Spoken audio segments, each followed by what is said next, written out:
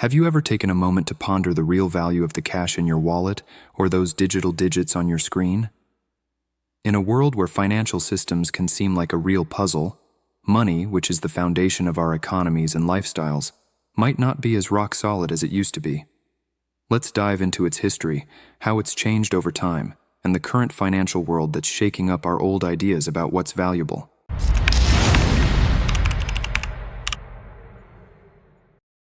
Let's start by looking back at the roots of trade and how people used to exchange value before World War II. It all goes back to a basic idea: bartering.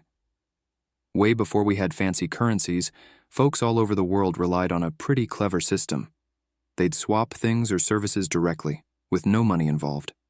So, if I had something you wanted, and you had something I wanted, we'd make a deal. It's as straightforward as that. This barter system had its perks.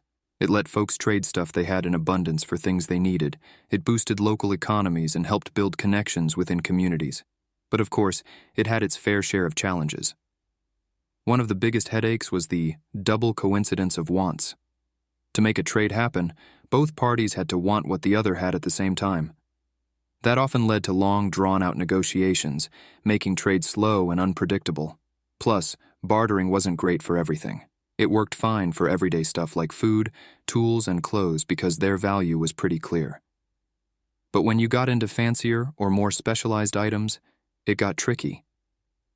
As societies got more advanced and their economies grew, the limitations of bartering became painfully obvious.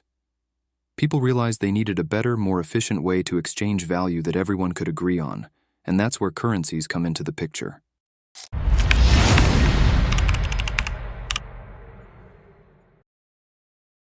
Let's now skip forward a few years and explore a crucial period that had a profound impact on the worth of various currencies, the years leading up to World War II.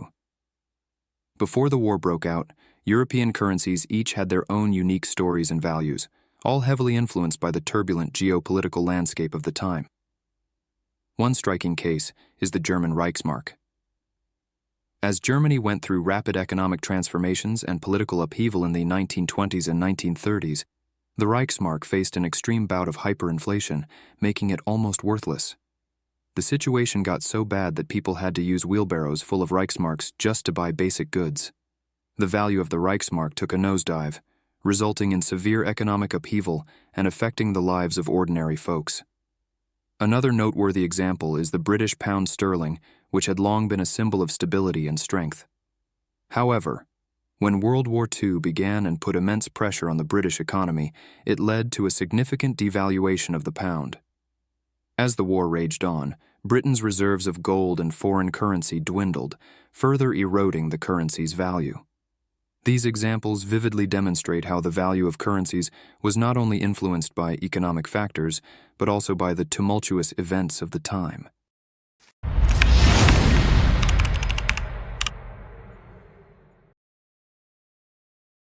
Let's travel back to Bretton Woods, New Hampshire, during the summer of 1944.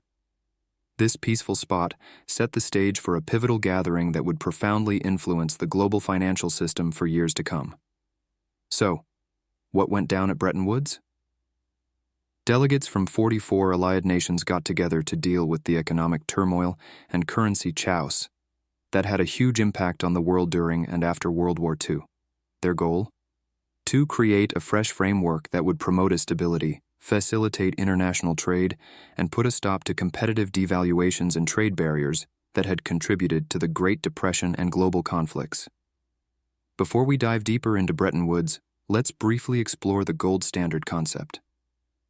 In the past, the value of money was directly linked to physical assets, like gold. Each unit of currency represents a specific amount of gold securely stored by a country's central bank. This meant that money had an intrinsic value since it could be exchanged for a corresponding amount of gold. Out of this conference came the Bretton Woods Agreement. This landmark deal established a fixed exchange rate system with currencies tied to the US dollar, which in turn was linked to gold. Under this system, the US dollar became the primary global reserve currency, backed by the world's largest gold reserves. In essence, the Bretton Woods Agreement aimed to bring back the idea of the gold standard on a global scale. It provided stability, and bolstered confidence in the world's economies by ensuring that currencies were anchored to tangible assets like gold.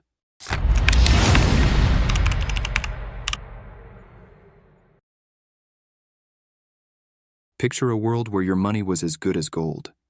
Well, that's exactly what the gold standard offered.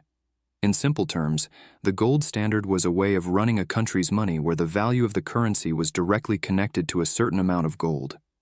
So, whether you had dollars, pounds, or francs, there was a corresponding pile of gold stored by the central bank. This meant you could swap your paper money for actual gold whenever you wanted. The gold standard gave economies a feeling of safety and steadiness. People knew that their money had real value because it was tied to something universally precious, gold. This system also helped prevent crazy inflation and the loss of currency value, creating a reliable base for trade and economic growth. This gold-based system didn't just work within a single country. It made international trade easier. Currencies could be easily changed into gold, which made it simple and predictable to do business across borders. But of course, the gold standard had its challenges too. There was only so much gold to go around, which meant countries couldn't just print more money whenever they wanted, especially during times of economic growth. Plus, keeping big piles of gold in reserve was a costly effort.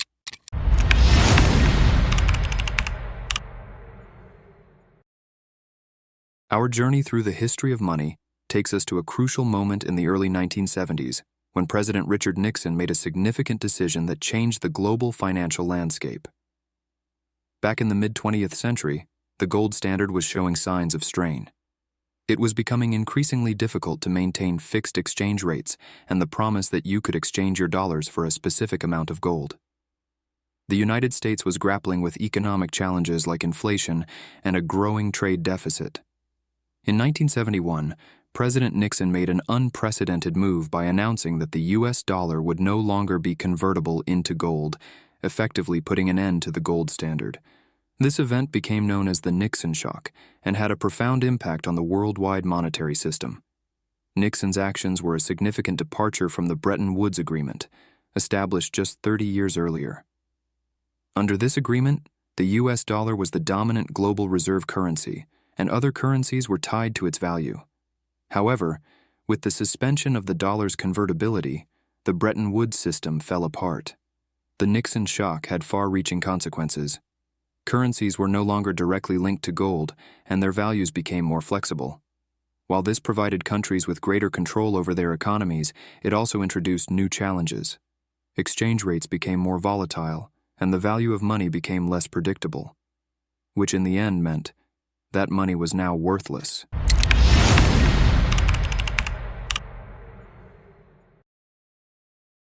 In 1971, President Nixon made a significant move by abandoning the gold standard, which marked a turning point in the world of finance. This change meant that money was no longer firmly connected to physical assets like gold, and it had far-reaching consequences for the concept of money.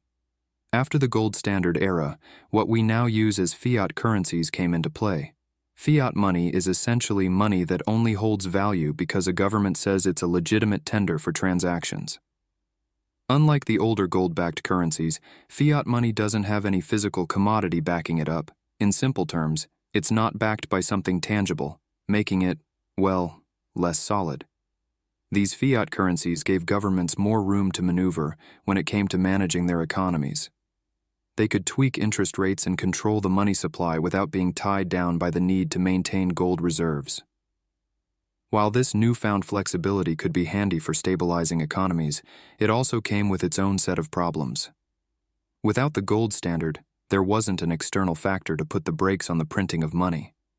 This newfound freedom occasionally resulted in governments printing too much money, which in turn caused inflation and the devaluation of their currency. Inflation means that over time, your money doesn't have as much purchasing power as it once did. It buys less stuff. In contrast to the old gold-backed currencies, which had inherent value because of the gold they represented, fiat money gets its value from people's trust in the government that issues it.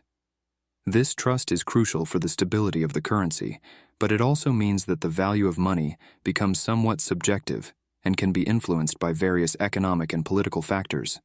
So, it's not just about the shiny metal in the vault anymore, but also about trust in the system.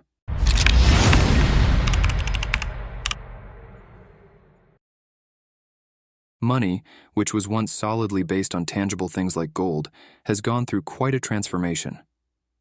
The shift from the gold standard to fiat currencies gave us more flexibility, but also brought in new uncertainties and risks. Nowadays, the value of money isn't as simple as it used to be. Fiat currencies, while widely accepted, can suffer from issues like inflation, devaluation, and economic ups and downs. It's a reminder that the value of money can be a bit shaky. In today's world, people and investors are exploring different ways to protect and grow their wealth.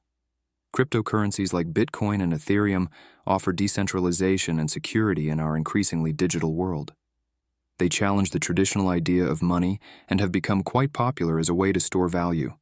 Furthermore, precious metals like gold and silver have maintained their status as real assets with inherent worth. They have proven themselves as safe havens during times of economic uncertainty and currency devaluation. So, what can we gather from all this? Conventional money may have lost some of its inherent value, or, at the very least, carries some risk. As you navigate the financial world, it's crucial to think about alternatives that match your financial goals and how much risk you're willing to take. In a world where the value of money can be uncertain, diversifying your investments and exploring options like cryptocurrencies, precious metals, and other investments can offer some security and growth potential. Ultimately, the concept of money is always changing, and the decisions you make when managing and investing your wealth can significantly impact your financial future. But technically, money is worthless. Thank you for watching. Please like, subscribe, and share your thoughts in the comments.